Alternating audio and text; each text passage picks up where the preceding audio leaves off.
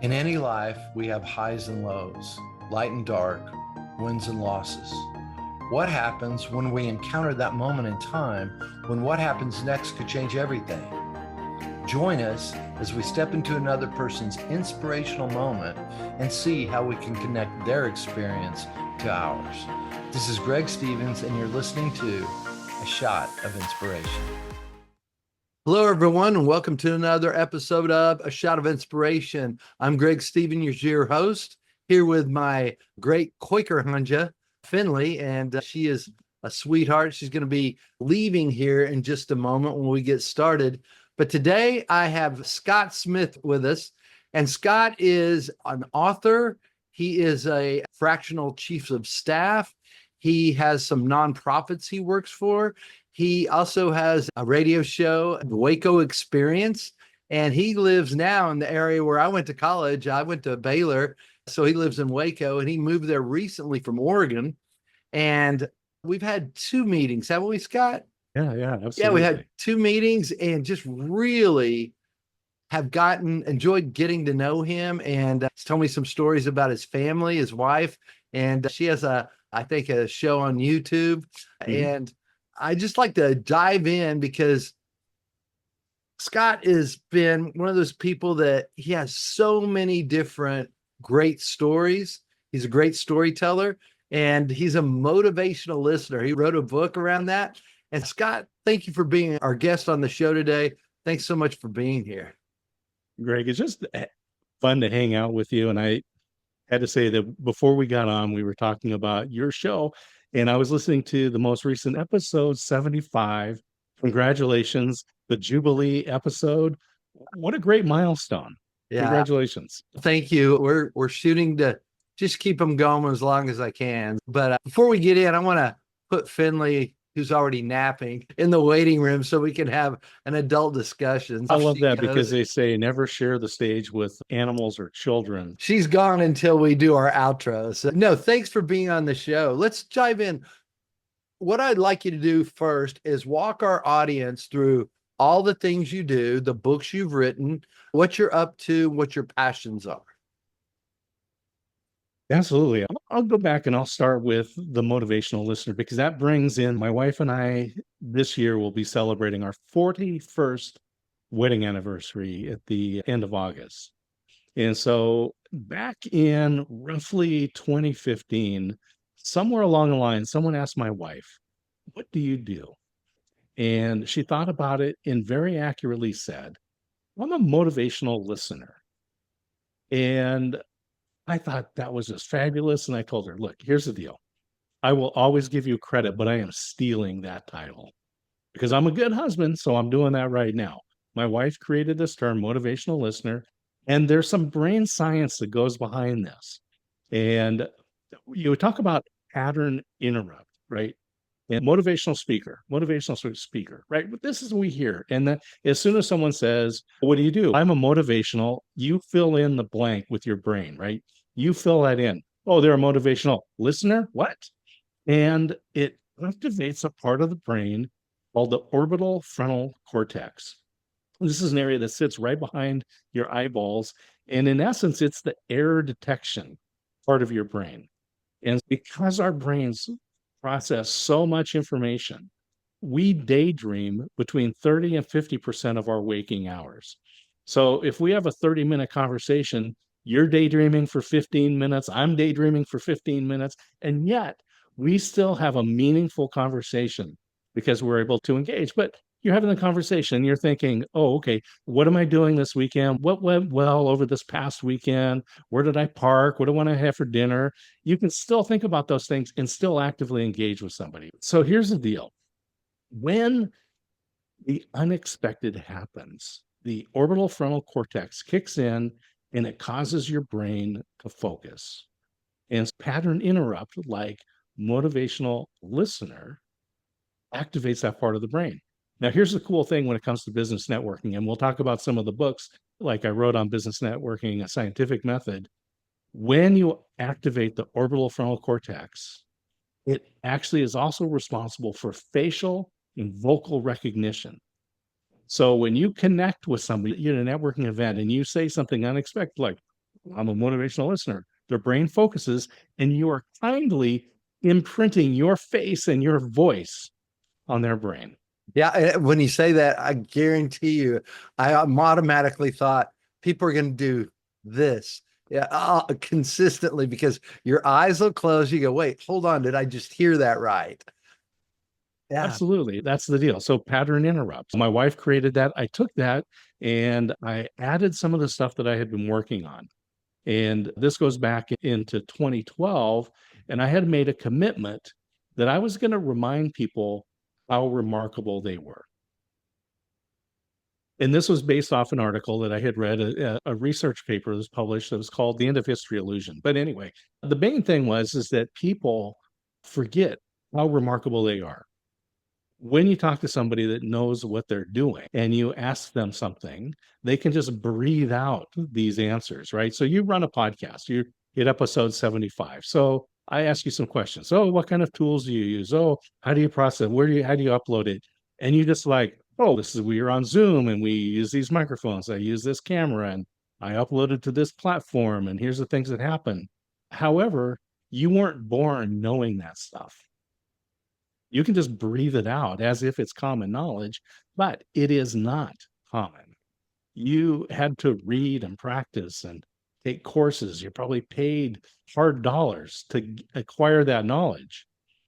So my goal was to remind people, because when we learn, we use the prefrontal cortex, high energy, short-term memory, right? And it uses a lot of energy. Your brain will use 20 to 30% of your energy every day anyway. But if you go to an all-day seminar and you're just taking in information, you go home or you go to the hotel room and you're like physically beat, right? And you're like, I've been sitting on my butt all day long. How can I be tired? This is because your brain is burning off all the glucose, all the sugar, all the energy in your blood. Thinking, high energy, prefrontal cortex. Then, as we repeat tasks, they become hardwired into our brain. They move into the basal ganglia, right? This is low energy. So when you learned to drive, everything was new, right?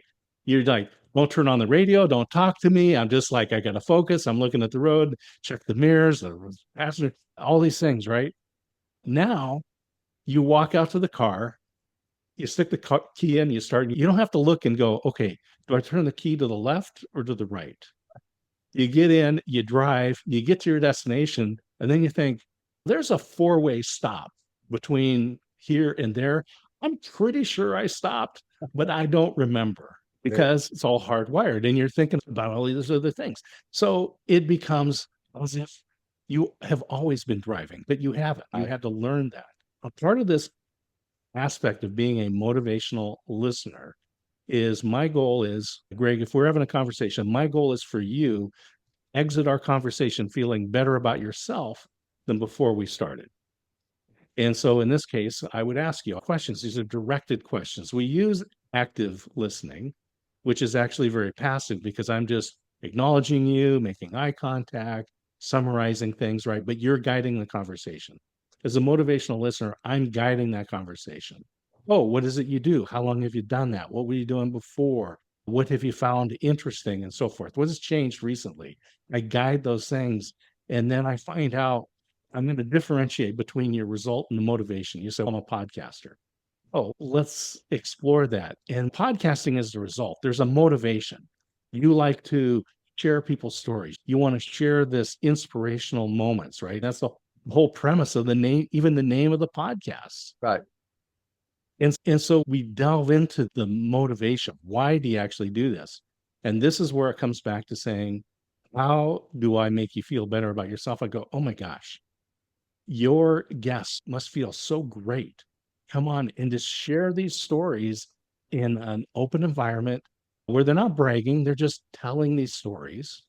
Your listeners must be inspired by hearing these things. And I was like, I do those things, or I have a friend that does that, or I want to get involved in this. They get moved to action. And this is the goal. So this goes back to 2012. I said, I'm going to remind people they're remarkable. 2015 came, my wife gave me that term. I leveraged it from her, right? As we said, it is an undergraduate, it's plagiarism. as a graduate student, it was research and in business. We call it leverage. So I leveraged the title from my wife, put my brain science behind it, and then came up with a talk called The Psychology and Physiology of Relationships, which I delivered the first time in Dublin, Ireland, in the Social Media Summit 2016. First time I released the term motivational listener. And funny thing in that talk was I used the academic research and we looked at the relationships and the physiology of everything that goes on and essentially proved that the relationships that we create digitally, these are all social media experts, right? Deep experts in Facebook ads and Snapchat for business and YouTube and all this stuff, right? So I was looking at the human aspect, the part that doesn't change, the technology that doesn't change. And so we look at, at that human nature, right? Going back to that comment of the relationships that we create digitally can be just as strong as those that we create in person. Right. And then in March of 2020, we went into a global laboratory and proved that to be true. That's awesome. That's awesome. One of the things I love about our talks together was you've got the program, the WACO Experience. And it's interesting because you would think that someone from WACO would have put together the WACO Experience, but it's someone who came from Oregon and moved there. But what I love is that how many people you've met, how you become a part of the community so quickly. And often I find when people go to a place, especially Austin here, I've heard people say it's really hard to get plugged in. And I don't know if it's Waco, but I think it's you. I think it's what you did. I don't think it has to do with the place. I think it has to do with what the person does. Walk through kind of your story about what you've done to get so plugged in to a city you're so new to. Yeah, the basis really is that you will find the people that you're looking to find. If you want to find people who are hoping to connect, build relationships, be collaborative in business and in life, that's who you're going to find, no matter which community you go to. If you're thinking people are going to be closed, they're not going to accept me, I'm an outsider, you will find those people. When we decided that we were going to move to Waco, we had decided that we came on an exploratory visit for a week, looking for places to live. And I have one friend that I knew in Waco. I knew people in Dallas and Austin and Houston and San Antonio. I know people all over Texas, but only one person in Waco. She said, go to this BNI group in Hewitt, Texas. So we go to Hewitt. I reached out to the Chamber of Commerce, to Lupe over there, and said, hey, we're not members, but I know you're having a networking forum lunch. And we're looking at moving to Waco. Can we buy our lunch and show up to the event? Said, absolutely. We come, we're touring around, we're meeting stuff. We go meet the people at the BNI group. And for people, that's Business Networking International, and a great organization, a good place to start. So we go, we met people there. My wife actually got connected to Inez Russell. Inez was bringing in coffee and kolaches, right? And my wife said, oh, can I help you? So she brought the stuff in. Turns out Inez was the keynote speaker that morning. She founded Friends for Life over 35 years ago, providing seniors and people with disabilities with services and systems to allow them just to live their best possible life. My wife has a program called Aspects of Aging, Unscripted Conversations with Experts. I produced the show. Inez and my wife, Christine, they connected instantly. And my wife reached over and grabbed my arm and said, know the reason why I'm coming here. Wow. So we go over to the networking lunch right after that. And it's the same type experience. You just meet these great people, feel very welcomed into the community. So we're planning on moving here. So welcome to Texas, is what we heard so many times. And I thought, man, it must be a requirement on your driver's license. Will you welcome people to Texas? Okay, here's your license. And so we just felt so welcome. And I said, how are we going to show up when we come here? Based on these other things that we've done, I said, I'm going to start a radio show. And so I got on the FCC website, looked for a local radio station that was locally owned, found KBBW, owned by Ryan Williams. His father had purchased it over 40 years ago. And he ran that station and then passed away in 23. Ryan had started working for him 20 years before that, so he took over the station. I looked, and on their schedule, they had an open spot, 30 minutes, 8:30 Saturday mornings. I said, that is a great time for a business program. Did some research, put together a proposal, gave him some audio samples, and said, this is what I want to do. He said, this is great. So that was the beginning of the WACO Experience, an American story. And it's based on my experience working with chambers of commerce. I wrote the strategic plan for our chamber back in Oregon, where I discovered that was the one place where business, government, and nonprofit leaders sit at the same table with different tools, but the same goal. Let's build a strong community. So I interviewed leaders in business, government, and nonprofit. And so that day when we were there at Hewitt at the BNI meeting and at the Chamber Networking Forum, which was at the WACO Arts Center, it was fabulous. Got to stand right in front of a Picasso painting, an original. I was like, when does this happen in my life? And in Waco, Texas, of all places. Exactly. And we just said, oh, we're at home. And so I tell people, yes, I have a radio show. And I will tell you that opens up doors. I've interviewed a number of small businesses, some medium-sized businesses here. I've interviewed just a ton of nonprofit leaders in the town. When I did the research on this, I found that in the greater Waco area, 330,000 people, 40,000 people employed by the government, not including the feds, and over 1,600 nonprofit organizations. If I have a weekly show, if I was going to interview just the nonprofit folks, 90 years worth of material. Oh my gosh, that's amazing. Let me ask you, what are the top 3 things you like about Waco?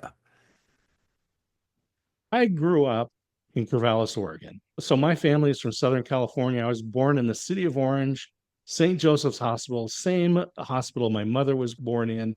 First generation Mexican was my mother. So I'm a half and half Mexican, half homesteader from Kansas. That's where my grandmother grew up, on a homestead in Kansas. And when my uncle got out of the Marine Corps, he went to Oregon State University to run track and go to the engineering school. My dad got out of the Army in 1965. He needed a job, and we moved to Corvallis, and he started working at an engineering company in the soil lab there. So from the time that I was 3 years old until, except for some time in the Air Force for myself, I lived in the same area, basically within the same 20-mile area. And in Corvallis, it's college town, Oregon State University.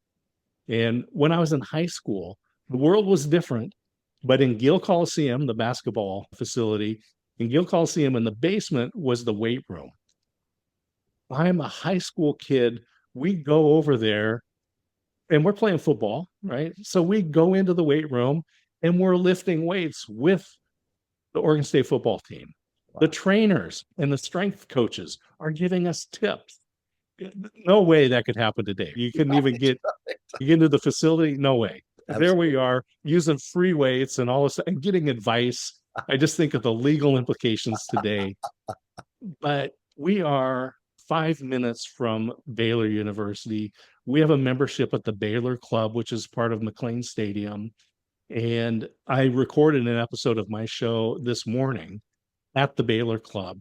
We're sitting there in the loge seats, overlooking the field, beautiful view out past the scoreboard, looking at Baylor campus, just a beautiful morning. And so for me, living in Waco, part of it is that it is a smaller town, 140,000 people, but 90 minutes to Austin, 90 minutes to Dallas. So we have access, easy access to a lot of the events that are going on, but you have that small town college feel. Yeah. Yeah. I don't know if you knew that Waco, I think it was 1903, was the largest city in Texas, and a tornado came through and wiped 90% of it out. Yeah. And that's when everything started moving toward Dallas, Austin, Houston, and never recovered. It was devastating. Yeah. Yeah. When I lived there, I found that out. It's like, Wow, that's interesting because it makes sense. You have the Brazos River going right through. It's in the Yep. center. Like you said, it's 90 minutes from Dallas, 90 minutes from Austin, probably 2 hours from Houston. So it's really prime location and it's growing significantly. And I love that I went to college there. I didn't know much about it when I decided to go. I just felt it was a smaller community that it was large for me because I came from so many small areas that it was a step out. Also, it was a step out of how conservative my dad was. My dad didn't want me to go to Baylor because he thought it was too wild. Very different than most people think about Baylor. So it was kind That's of right. it Yeah. was a nice step out into the real world for me. Any other key points that you would like to push about Waco? Because I just think it's a great little town. Yeah, Waco is a good community. One of the things I like about the downtown is it just feels open. You're in a downtown area, but it doesn't feel closed in with the tall buildings that you might have, like in a Houston Right. or Dallas. It feels very open. Yeah. There is a lot of entrepreneurs in the county and they're in the area, and it's different from Austin. Austin is a Silicon something, right? Of, Now it is. It the wasn't when I moved. Silicon Hill country, whatever. I mean, it's the Silicon Valley. I came from Oregon where we had the Silicon Forest. So anyway, it's Silicon something. There's a lot of the high tech work that's going on in the Austin area. Right. And here it's less so on the technical side, but SpaceX is here. We'll hear their rumbling as they test fire rockets. There's so many small businesses that have grown up, and the ecosystem is very friendly business. And this is one of the reasons why we have the Magnolia effect. Right. So Chip and Joe Gaines and their show Fixer Upper, which then grew into their empire with Magnolia Networks and the Silo district and everything that's going on here. Part of it is because the community is welcoming for new businesses. And the Chamber of Commerce, the Greater Waco Chamber of Commerce, works very hard to get the larger businesses in. So Electrolit, this is a sports drink company out of Mexico, building their first US plant here. It's a $400 million project. Hundreds of people are going to be working in that facility. And there's so many other jobs and things around here, but you're going to be finding them more in the blue collar area, I will say. Yeah. But lots of jobs, lots of things going on. The startup system here is really good. There's Startup Waco. There's the Small Business Development Center over at McLennan Community College, MCC. Right. MCC has a lot of programs going on. There's Texas State Technical College. You got all these engineers building and designing these things like SpaceX rockets, but somebody's got to actually run the plasma cutters, run the water jets, run the wire EDM cutters. And Texas State Technical College, TSTC, MCC, these are all great places to get employees. A couple of weeks ago, Startup Waco ran Startup Weekend. I don't know if you've ever been a part of Startup Weekend. No, they didn't have it when I was there. Yeah, so Startup Weekend is you come in, you're going to get an education, so a hands-on workshop, but the goal is that you actually leave with a business. And I've participated in Startup Weekends before, mainly as an advisor, a mentor, a coach. This time I thought it was free. So I thought I'm going to go, and this is a chance to get to meet people working shoulder to shoulder, not just at a networking event, but spending 3 days with the folks. Yeah. And I went in. The way it goes is you get an overview, people pitch business ideas, everyone votes on them, and then you get together and you form a team or you work on your idea. Then at the end of the 3 days, you pitch your idea. You make the presentation and you get 5 minutes to pitch, right? And so you got to be on. And so I pitched an idea. It got the most votes. That was pretty gratifying. Most of the teams that formed were just one person right there. I want to work on my idea. I want to work on my idea. I had a student from MCC, freshman in business. He was the only college person to attend Startup. I thought, wow, what a brave person to do this. to step Freshman in. too. Yeah, she's a freshman. And she happens to be a TikTok influencer. She has like over 10,000 followers on TikTok. So that was just an interesting conversation. She came and worked on my projects. And so together we worked. And to me, this is a learning exercise, but I found out that the winning team was going to get $2,500 to put toward their business. So I told her, look, Elise, here's the deal. We're going to have fun. We're going to learn, but we're going to win. And this is how we're going to do it. And we went through that weekend and we went and pitched and we won the competition. And I will just say that the judges were gushing over the presentation. And Elise, she's 18 years old and she's in here with a 63-year-old partner. All these people who have been in business, had years of experience. And man, we just went back and forth. The presentation went well, stuck to our time, and we a lot of fun. But it's just an example of the startup community that's available in Waco, right? So you can come in and know that you're going to have collaborative partners who are going to help you realize that idea. Can you share what the idea was? So the basics of this was, and this goes back years ago when I went into the flower shop to buy flowers for my wife. Now I'll just say, guys don't understand flowers. We just I don't. agree. I don't. However, you just follow the process and it worked, right? So I got in and bought flowers, and I knew the flower shop owner, and I was asking them, do you have a scheduling program? And they said, no, we don't, because this is like, we have my wife's birthday, it's Mother's Day, it's our anniversary and all that stuff. Yeah, we don't have that, but it'd be really cool. So that's the idea that I pitched, because I had just gone into Reed's Flowers, which is wonderful, long time business here in Waco. And I went in to order flowers for my wife's birthday, which was at the middle of February. And I ordered the flowers and walked out. And 2 weeks later, so right after that, it's Mother's Day. And then our anniversary is in August. And I thought I put down so much money for the flowers, but they could have tripled that, quadrupled that by just going, oh, what about these days? And what about that? And what would you like to do? And we can schedule that and send you a little text reminder. And so this is the concept that we have, is that this is a business that allows you as an individual to go in, put in who's important to you, what are the important events that you want to remember, what's the budget that you want to spend, and then you'll get a reminder. You'll get a little email or a text SMS that says, hey, don't forget your anniversary is in 4 weeks, in 3 weeks. Here's some suggestions to buy this. And That's then so helpful.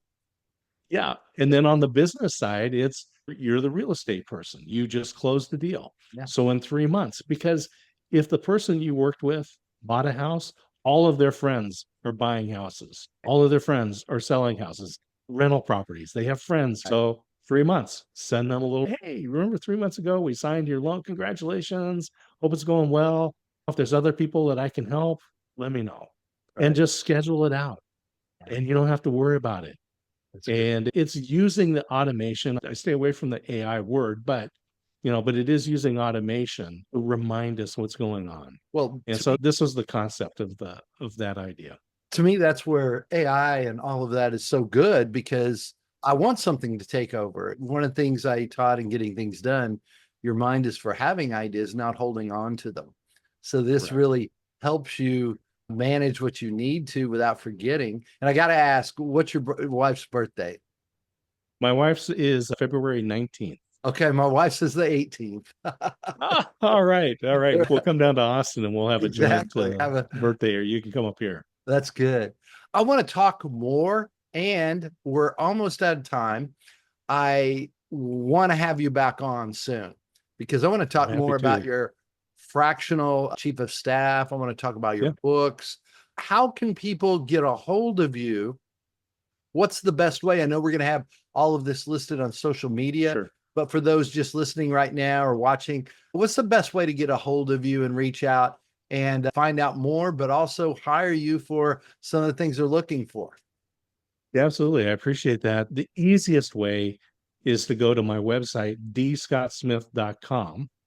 And then there's LinkedIn, Facebook, YouTube, Instagram, what works for you. I have people that they only communicate through text. Some people only call. I have some partners, it's Facebook Messenger. Email will never work, but they'll send me messages through Messenger, WhatsApp, whatever works for you works for me. My phone number's there, my email's there. I just ask if you use the phone, give me a text to let me know, oh, this is great. If I don't know the number, I probably won't answer, but I will read your text. Yeah. So yeah, dscottsmith.com, and there's information there. You can find a way to connect. Scott, thank you so much. I knew we would be able to talk about anything, and that's why I definitely want to have you on more, just because I know that it's just going to be fun having you around. It's so good. I'm going to bring Finley back in as we finish up this segment. But everyone, I want to say thank you so much for joining Scott and I and hearing a little about WACO. Didn't know where it was going to go today. But again, I'm going to have Scott on again because I want to talk about some of the other things, his books he's written, and some of the work he does. From Finley and I, we say thank you for being a part of today. And if you would, help us out by liking or subscribing, help us get our message out to more people. And until next time, I'm Greg Stevens, your host. See you next time on A Shot of Inspiration. Bye-bye.